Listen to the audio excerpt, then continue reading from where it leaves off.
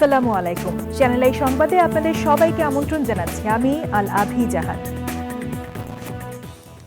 বিস্তারিত সংবাদের শুরুতেই জানিয়ে দিচ্ছি সুপার ফ্রেশ ফর্টিফাইড সয়াবিন তেল সংবাদ শিরোনামগুলো। জাতিসংঘের সাধারণ অধিবেশনে যোগ দিতে যুক্তরাষ্ট্রের উদ্দেশ্যে ঢাকা ছেড়েছেন প্রধান উপদেষ্টা। বিশ্বের সকল রাষ্ট্রপ্রধানের দৃষ্টি এখন বাংলাদেশের দিকে মন্তব্য। বিএনপি নেতাদের সঙ্গে ভারতীয় হাই কমিশনারের বৈঠক। বাংলাদেশ ভারত সম্পর্ক গভীর করার বিষয়ে দুপক্ষের মধ্যে আলোচনা। চলতি বছর 30 নভেম্বরের মধ্যে সরকারি কর্মকর্তা কর্মচারীদের সম্পদের হিসাব জমা দিতে হবে, ভুল তথ্য দিলে শাস্তি। এবং চেন্নাই টেস্টের চতুর্থ দিনেই ভারতের 280 রানের বড় জয়। অশ্বিন জাদেজার ঘূর্ণিতে দ্বিতীয় ইনিংসে 234 রানে অল আউট বাংলাদেশ।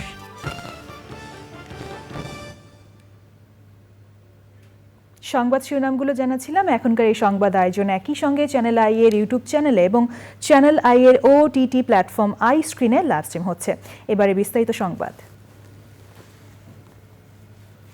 এই যাবৎকালে জাতিসংঘের সাধারণ অধিবেশনে বাংলাদেশের অংশগ্রহণের বিবেচনায় এবারের অধিবেশন অনেক বেশি তাৎপর্যপূর্ণ। বিশেষ করে এবারের অধিবেশনে বাংলাদেশের প্রতিনিধিত্ব হবে সবচেয়ে শক্তিশালী। নিউ ইয়র্কের বিশিষ্টজনেরা বলছেন, বিশ্বের সকল রাষ্ট্রপ্রধানের দৃষ্টি এখন বাংলাদেশের দিকে। যুক্তরাষ্ট্রের চ্যানেল আই এর প্রতিনিধি রাশেদ আহমেদকে সঙ্গে নিয়ে নিউ ইয়র্ক থেকে আরও জানাচ্ছেন চকর মালিথা। কাতার এয়ারওয়েজের ফ্লাইট QR643 এ নিউ ইয়র্কের পথে আসছেন প্রধান উপদেষ্টা প্রফেসর ইউনুস। একদিন পরেই নিউ ইয়র্ক পৌঁছাবেন তিনি। এবার শুধু মাইক্রো ক্রেডিট ও সামাজিক ব্যবসার জনক বা নোবেল লরিয়েট হিসেবে নয়, এবার পৃথিবীর রাজধানী খ্যাত এই শহরে তার উপস্থিতির মাত্রাটি পুরোপুরি ভিন্ন। জাতিসংঘের সাধারণ অধিবেশন কিন্তু 150টার বেশি রাষ্ট্রপ্রধান আসেন এই 3-4 দিন সময়ের মধ্যে। অনেকগুলি গুরুত্বপূর্ণ বিষয় নিয়ে এখানে আলোচনা হয়। সাধারণত গ্লোবাল যেগুলি এজেন্ডা থাকে সেগুলি নিয়ে আসলে বেশি আলোচনা হতে থাকে, বা যেগুলি যুদ্ধ বিধ্বস্ত জায়গা সেগুলি নিয়ে বেশি আলোচনা হয়। বাংলাদেশের ক্ষেত্রে এই সুযোগটা তিনি কতটা পাবেন সেটা আমার ঠিক জানা নাই, তবে তিনি কোনো না কোনো ভাবে এই সুযোগ করে নেবেন, এটা আমার একটা আশা। নিউ ইয়র্কের বিশিষ্টজনেরা বলছেন, অভ্যুত্থানের পথ পেরিয়ে যে অন্তর্বর্তীকালীন সরকার গঠিত হয়েছে সেই সরকারের ঐতিহাসিক ভূমিকার সূচনা ঘটবে এই জাতিসংঘের সাধারণ অধিবেশন থেকে। আন্তর্জাতিক সম্পর্কে বাংলাদেশের যে নতুন অবস্থান, এই অবস্থানের একটি সূচক তার এই জাতিসংঘে আসা এবং এখানে ভূমিকা রাখা। অল্প কিছুদিনের মধ্যে যখন তিনি আসছেন তখনই এটি প্রমাণ হবে যে বাংলাদেশ আগের সে অবস্থানে নেই। বাংলাদেশ পরিপূর্ণ স্বাধীন, সার্বভৌম, মর্যাদাশীল রাষ্ট্র হিসাবে তার যে অবস্থান নিয়েছে তারই প্রমাণ দিবেন এবার অন্তর্বর্তীকালীন সরকার প্রধান ডক্টর মোহাম্মদ ইউনূস। শুধু বাংলাদেশ নয়, এবার জাতিসংঘের সাধারণ অধিবেশনের প্রশ্নেও নতুন কোনো উচ্চাশার জন্ম দেবেন প্রফেসর ইউনূস। এরই মধ্যে শুরু হয়ে গেছে জাতিসংঘ সাধারণ পরিষদের ৭৯তম অধিবেশন। বিভিন্ন দেশের সরকার ও রাষ্ট্রপ্রধানরা আসতে শুরু করেছেন নিউ ইয়র্কে। বাংলাদেশের অন্তর্বর্তীকালীন সরকারের প্রধান উপদেষ্টা অধ্যাপক মোহাম্মদ ইউনূসের আগামী ২৭শে সেপ্টেম্বর অধিবেশনে ভাষণ দেওয়ার কথা রয়েছে। চকর মালিথা, চ্যানেল আই, জাতিসংঘ সদর দপ্তর, নিউ ইয়র্ক। বিএনপির সঙ্গে বৈঠক করেছেন ঢাকায় ভারতীয় হাই কমিশনার প্রণয় ভার্মা। রাজধানীতে বৈঠক শেষে দলের মহাসচিব বলেছেন, বাংলাদেশ ভারত সম্পর্ক কিভাবে আরো গভীর করা যায় এ নিয়ে কথা হয়েছে। ভারত বিএনপির সঙ্গে রাজনৈতিক সম্পর্ক দৃঢ় করতে চায় বলেও মন্তব্য করেন মির্জা ফখরুল। রাহুল রায় রিপোর্ট। দেশ জুড়ে নানা কর্মসূচির পাশাপাশি বিভিন্ন দেশের কূটনীতিকদের সঙ্গে নিয়মিত বৈঠক করছে বিএনপি চেয়ারপারসন বেগম খালেদা জিয়ার গুলশান কার্যালয়ে বাংলাদেশে ভারতীয় হাইকমিশনার প্রণয় ভার্মা এবং উপ হাইকমিশনার প্রভন বাধে বৈঠক করেন বিএনপির মহাসচিব মির্জা ফখরুল ইসলাম আলমগীরের সঙ্গে। সে সময় ছিলেন স্থায়ী কমিটির সদস্য সালাউদ্দিন আহমেদ, দলের ভাইস চেয়ারম্যান নিতাই রায় চৌধুরী এবং দলটির আন্তর্জাতিক বিষয়ক কমিটির সদস্য শামা ওবায়েদ। বৈঠক শেষে সাংবাদিকদের সঙ্গে কথা বলেন বিএনপি মহাসচিব। ভারত বাংলাদেশের মধ্যে যে আপনার সম্পর্ক, সেই সম্পর্ককে আরো কিভাবে গভীর করা যায়, দৃঢ় করা যায়, সে বিষয়ে আলোচনা হয়েছে। বিশেষ করে পরিবর্তনের পরে নতুন যে অন্তর্বর্তীকালীন সরকার আছে তাদের সঙ্গে তারা ইতিমধ্যেই যোগাযোগ করেছেন, কথা বলছেন। আমাদের সঙ্গে বিএনপি যে পলিটিক্যাল পার্টি, আমাদের সঙ্গে তারা তাদের দেশের রাজনৈতিক দলগুলোর যে সম্পর্ক সেটাকে দৃঢ় করতে চান, এই অবস্থা তারা তৈরি করছেন। এবং এই সম্পর্কের মধ্যে আরো কি করে সুস্থতা, আরো পজিটিভিটি কি করে নিয়ে আসা যায় সেই বিষয়টার উপরে তারা কাজ করতে আগ্রহী। মির্জা ফখরুল জানান, বিভিন্ন সমস্যা সমাধান নিয়েও বৈঠকে কথা হয়েছে। আমাদের পানি সমস্যার কথা বলেছি এবং সেগুলো দ্রুত সমাধান হওয়া দরকার, সেই কথাগুলো বলেছি। আমাদের সীমান্তে হত্যা বন্ধ করার প্রয়োজন, সে কথাগুলো আমরা তাদেরকে বলেছি। সেই সঙ্গে আমাদের যে আপনার সিকিউরিটি যে বিষয়টা আছে বোথ দ্য কান্ট্রিজ, সেটা নিয়ে আমরা কথা বলেছি। তারা বলেছেন যে তারা এই বিষয়গুলো অত্যন্ত সজাগ এবং তারা চেষ্টা করছেন দ্রুততার সঙ্গে সেই সমস্যাগুলো কিভাবে সমাধান করা যায়। জাতীয়তাবাদী তরুণ দলের প্রতিষ্ঠাবার্ষিকীতে বিএনপির প্রতিষ্ঠাতা জিয়াউর রহমানের সমাধিতে শ্রদ্ধা জানান বিএনপি চেয়ারপারসনের উপদেষ্টা জয়নুল আবদিন ফারুক। কক্সবাজারে বৈষম্য বিরোধী ছাত্র আন্দোলনে নিহতদের পরিবারের সঙ্গে সাক্ষাৎ করেছে আমরা বিএনপি পরিবার। সেলটির আহ্বায়ক আতিকুর রহমান রুমন বলেছেন, সেলের প্রধান পৃষ্ঠপোষক বিএনপির ভারপ্রাপ্ত চেয়ারম্যান তারেক রহমানের পক্ষ থেকেই তারা শহীদদের পরিবারের পাশে দাঁড়িয়েছে। যারা সম্প্রতি আন্দোলনে শহীদ হয়েছেন এবং গুরুতর আহত হয়েছেন, ঘরে ঘরে খবর নিয়েছি, তারেক রহমান সাহেবের বার্তা পৌঁছে দিয়েছি। রাহুল রায়, চ্যানেল আই, ঢাকা। গণবিক্ষোভের মুখে প্রেসিডেন্ট দেশ ছেড়ে পালানোর 2 বছরের বেশি সময় পর নির্বাচিত প্রেসিডেন্ট পেল শ্রীলঙ্কা। রোববার রাতে দেশটির নির্বাচন কমিশন নির্বাচনে জয়ী বামপন্থী অনুরা কুমারা দিশানায়েকের নাম ঘোষণা করেন। এর মধ্যেই শ্রীলঙ্কায় রাজাপাকসে পরিবারের টানা 1.5 দশকের বেশি সময়ের একক আধিপত্যের অবসান ঘটল। নির্বাচনে অনুরা কুমারা দিশানায়েকে 42.31% ভোট পেয়েছেন। দিশানায়েকের নিকটতম প্রতিদ্বন্দ্বী সাজিদ প্রেমাদাসা 32.76% এবং রনিল বিক্রমাসিংহে মাত্র 17% ভোট পেয়েছেন। শ্রীলঙ্কার প্রেসিডেন্ট নির্বাচনে ভোট গ্রহণ হয় শনিবার। প্রথম দফায় কোনো প্রার্থীও নিরঙ্কুশ সংখ্যাগরিষ্ঠতা পাননি। এরপর দ্বিতীয় দফায় ভোট গণনা করে রাতে নির্বাচন কমিশন ন্যাশনাল পিপলস পাওয়ার এনপিপি জোটের নেতা অনুরা কুমারা দিশানায়েককে বিজয়ী ঘোষণা করে। সরকারি কর্মকর্তা কর্মচারীদের সম্পদের হিসাব জমা দেয়া বাধ্যতামূলক করা হয়েছে। প্রতি বছর 31শে ডিসেম্বরের মধ্যে সম্পদের বিবরণী জমা দিতে হবে, তবে চলতি বছর দিতে হবে 30শে নভেম্বরের মধ্যে। ভুল তথ্য দিলে তা হবে শাস্তিযোগ্য অপরাধ। সম্পদের হিসাব জমা দেয়া বাধ্যতামূলক করায় দুর্নীতির লাগাম টেনে ধরা সম্ভব হবে বলে জানিয়েছেন জনপ্রশাসন সচিব। বিস্তারিত জানাচ্ছেন Rafiqul Bashar. Cadre, non cadre সহ বর্তমানে দেশের 15 লাখ সরকারি কর্মকর্তা কর্মচারীর সবাইকে সম্পদের হিসাব জমা দিতে হবে। জনপ্রশাসন মন্ত্রণালয়ের নির্ধারিত ছকে স্ব মন্ত্রণালয়ের সচিব অথবা নিয়োগকারী কর্তৃপক্ষের কাছে এই হিসাব জমা দিতে হবে।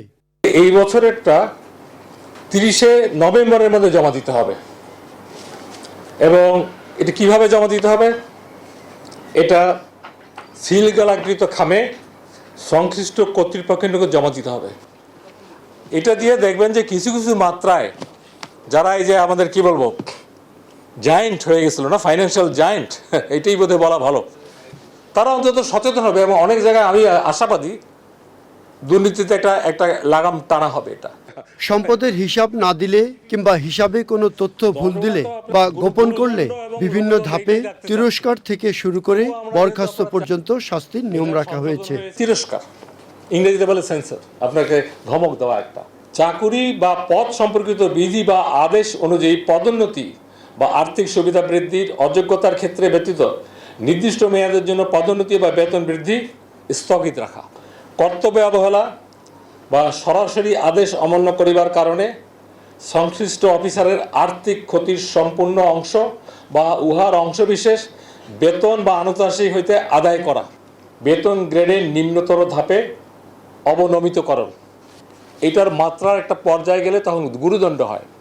গুরুদণ্ড 4টা আছে: নিম্ন পদ বা নিম্ন বেতন গ্রেডে অবনিয়মিতকরণ, আইনানুগভাবে বাধ্যতামূলক অবসর প্রদান। It depends on the gravity of the offence. চাকরি হইতে অপসারণ, চাকরি হইতে বরখাস্তকরণ। এই হিসাব বিবরণীতে তথ্য অধিকার আইন প্রযোজ্য হবে না, অর্থাৎ সাধারণ মানুষ জানতে পারবে না, তথ্য গোপন থাকবে। সম্পদ বিবরণীর তথ্য সম্পূর্ণ বা আংশিক হস্তান্তরযোগ্য নয়। ক্লজ 2 সম্পদ বিবরণী অতি গোপনীয় দলিল বিধায় এক্ষেত্রে তথ্য অধিকার আইন 2009 প্রযোজ্য হবে না। ভবিষ্যতে অনলাইনে সম্পদ বিবরণী জমা দেওয়ার ব্যবস্থা করা হবে। তখন স্বয়ংক্রিয়ভাবে অতিরিক্ত সম্পদ দাখিলকারীদের তথ্য যাচাই করা হবে। Rafiqul Bashar, channel I, Dhaka. বন্যা পরবর্তী সময়ে নোয়াখালীতে ব্যাপক আকার ধারণ করেছে বিভিন্ন পানিবাহিত রোগ। অর্থাভাবে চিকিৎসা করাতে পারছেন না অধিকাংশ দুর্গতরা। অসহায় এসব হাজারো মানুষকে বিনামূল্যে চিকিৎসা সেবা ও ওষুধ দিয়েছে প্রকৃতি ও জীবন স্বাস্থ্য সেবা কেন্দ্র এবং প্রকৃতি ও জীবন ক্লাব। এমন উদ্যোগে কৃতজ্ঞতা জানিয়েছেন বানভাসী জনপদের মানুষ। আব্দুল করিমের ভিডিও চিত্রে আফরোজা হাসিম রিপোর্ট। নানান অনিশ্চয়তা ও ক্ষয়ক্ষতির পর বন্যার পানি নামার সাথে সাথে বেরিয়ে আসছে ক্ষতচিহ্ন। এর সাথে পাল্লা দিয়ে বেড়েছে চর্মরোগ, শ্বাসকষ্ট, নিউমোনিয়া, জ্বরসহ পানিবাহিত রোগের প্রাদুর্ভাব। জীবিকার সংগ্রামের পাশাপাশি দুর্গতদের যুদ্ধ করতে হচ্ছে বিভিন্ন রোগের বিরুদ্ধেও। এমন বাস্তবতায় নোয়াখালীর সেনবাগের হাজারো মানুষকে বিনামূল্যে চিকিৎসা সেবা ও ওষুধ দিয়েছে প্রকৃতি ও জীবন স্বাস্থ্য সেবা কেন্দ্র এবং প্রকৃতি ও জীবন ক্লাব। ঘরের পাশে বিনামূল্যে চিকিৎসা সেবা ও ওষুধ পেয়ে স্বস্তি জানিয়েছেন বানভাসী মানুষ। স্কিনের সমস্যা, সব শরীরে স্কিনের সমস্যা হয়ে গেছে, পিছিয়ে আশ্রা হয়ে গেছে বন্যার কারণে। অ্যালার্জির রোগের সমস্যা আছিল, এই কারণে ডাক্তারের কাছে আনছি। ছেলেদের খাদ্যানি হয়ে গেছে, নিজেকেও খাদ্যানি হয়ে গেছে বন্যার পানিতে। হাতে পায়ে সারা শরীরে চুলকানি, এই কারণে আসছি এখানে ডাক্তার দেখানোর জন্য। ডাক্তার ভালো ওষুধ দিয়েছে।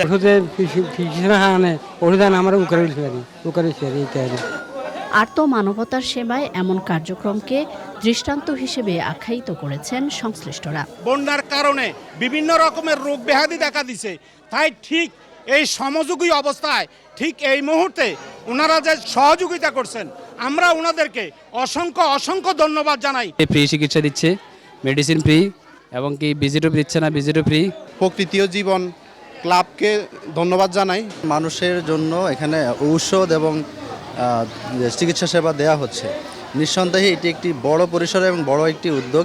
এই ক্রান্তি লগ্নে প্রকৃতি ও জীবন স্বাস্থ্য সেবা ক্লাব যে একটা সেবা দিচ্ছে, আমরা এই সংগঠনকে জানাই অসংখ্য ধন্যবাদ।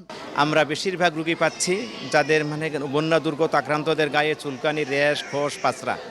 এই সেবা যদি আমাদের পাশাপাশি আরও কোনো দাতা সংস্থা, এনজিও, সরকারি প্রতিষ্ঠান যদি এগিয়ে আসে, তাহলে এই সমস্ত বানবাসী মানুষের অনেক অনেক উপকার হবে। যে কোনো দুর্যোগে দেশের মানুষের সহায়তায় যুগের অধিক সময় নিরলসভাবে কাজ করছে প্রকৃতি ও জীবন ফাউন্ডেশন, প্রকৃতি ও জীবন স্বাস্থ্য সেবা কেন্দ্র এবং প্রকৃতি ও জীবন ক্লাব। আফরোজা হাসি, প্রকৃতি ও জীবন ডেস্ক, চ্যানেল আই। এবার বাংলাদেশ ভারত টেস্ট সিরিজ।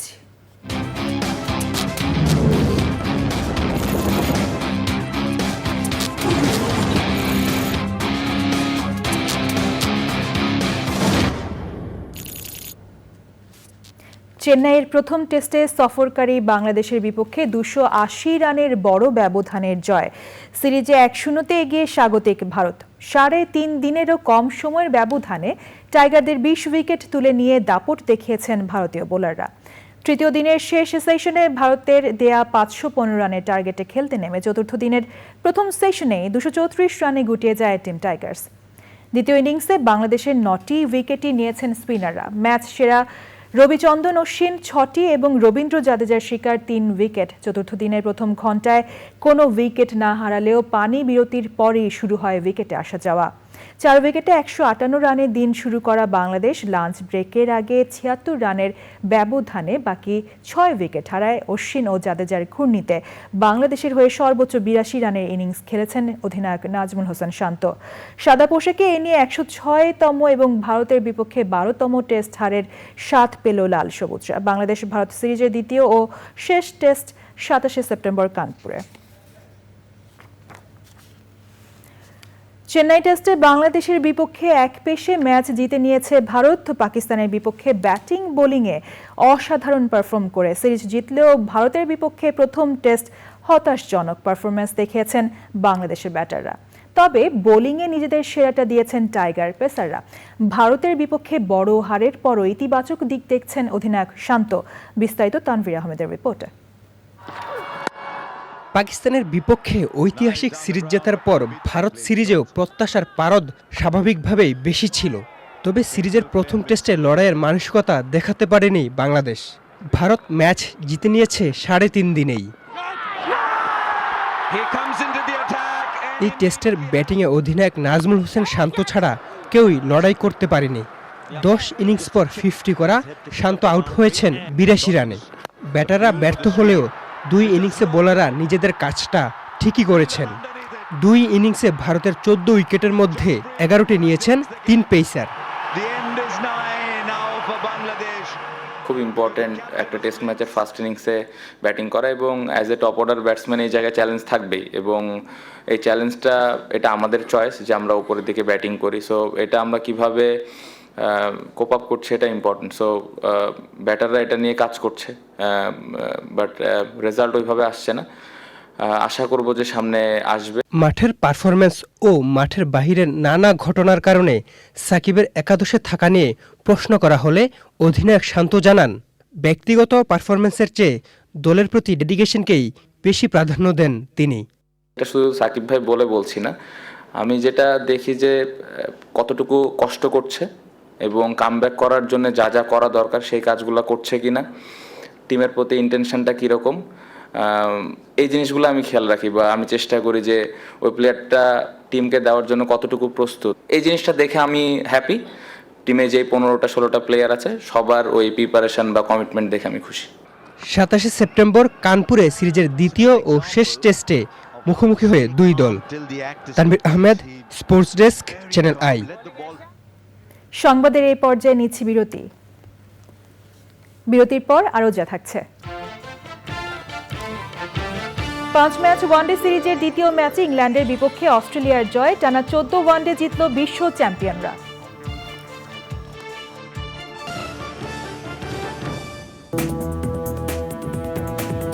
বিরতির পর আবারও আমন্ত্রণ জানাচ্ছি। গাজার সাতি শরণার্থী শিবিরে কাফর কাশিম স্কুলে ইসরায়েলি হামলায় 7 জন ফিলিস্তিনি নিহত ও বেশ কয়েকজন আহত হয়েছে। এ নিয়ে 24 ঘন্টায় 40 ফিলিস্তিনি নিহত ও 58 জন আহত হয়েছে বলে জানিয়েছে গাজার স্বাস্থ্য মন্ত্রণালয়। গত 7 অক্টোবর থেকে এখন পর্যন্ত নিহতের সংখ্যা দাঁড়িয়েছে 41,431 ফিলিস্তিনি। এদিকে লেবাননে একই দিনে 400 হামলা চালিয়েছে ইসরায়েলি সেনারা। পাল্টা হিজবুল্লাহ ইসরায়েলের হাইফা শহরের কাছে রামাত ডেভিড বিমান ঘাঁটিতে রকেট হামলা চালিয়েছে। গাজায় যুদ্ধ শুরু হওয়ার পর উভয় পক্ষের মধ্যে এটি বড় হামলা, পাল্টা হামলা। গাজার পশ্চিম তীরে আল জাজিরার ব্যুরো অফিসে ভারী অস্ত্র আর মুখোশ পরে ইসরায়েলি সেনারা হামলা চালিয়েছে। এবার কৃষি সংবাদ।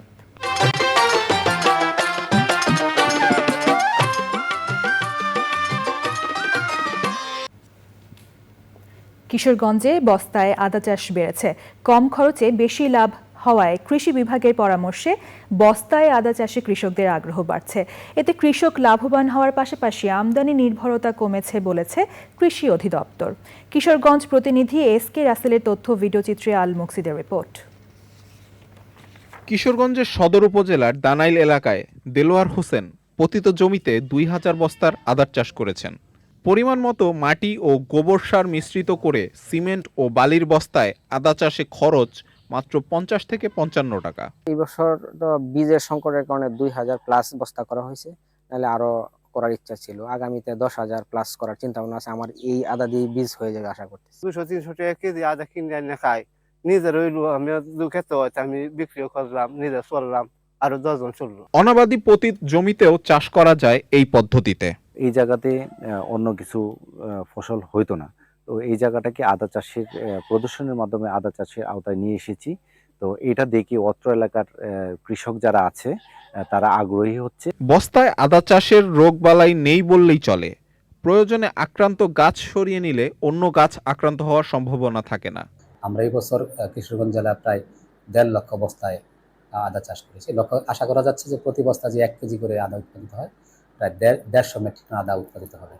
আমি সারা দেশেই এই আদা চাষ, বস্তা আদা চাষ সম্প্রসারণ করা হয়েছে। যদি আর কোনো প্রাকৃতিক দুর্যোগ না হয় তাহলে আশা করা যাচ্ছে আগামীতে অন্তত 1 লক্ষ মেট্রিক টন আদা কম আমদানি করতে হবে। বাংলাদেশে প্রতি বছর প্রায় 2,500 মেট্রিক টন আদার চাহিদা রয়েছে, যার বিপরীতে মাত্র 50,000 মেট্রিক টন আদা উৎপাদনের সক্ষমতা রয়েছে দেশের। বস্তায় আদা চাষের গুরুত্ব দিলে আমদানি নির্ভরতা কমবে বলে মনে করছেন সংশ্লিষ্টরা। আল মুকসিদ, চ্যানেল আই। এখন দেখবেন প্রকৃতি সংবাদ।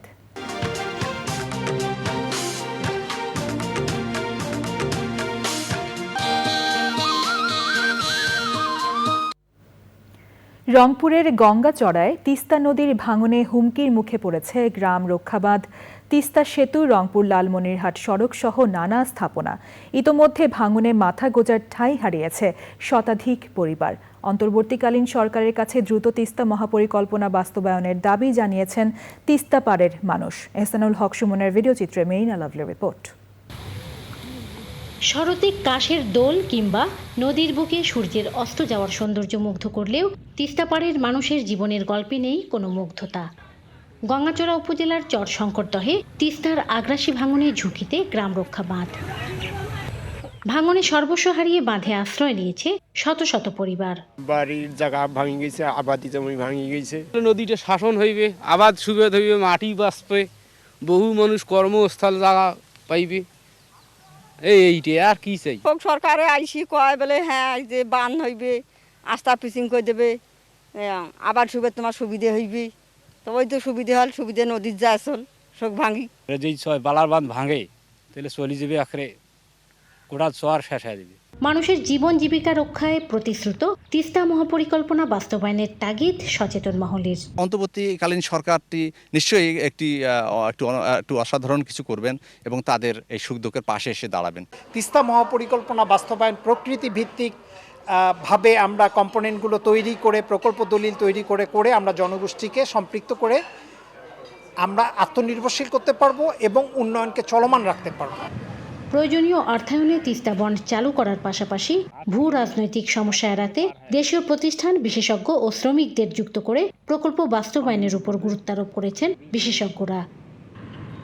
রংপুর থেকে মেরিনা লাভলি, চ্যানেল আই।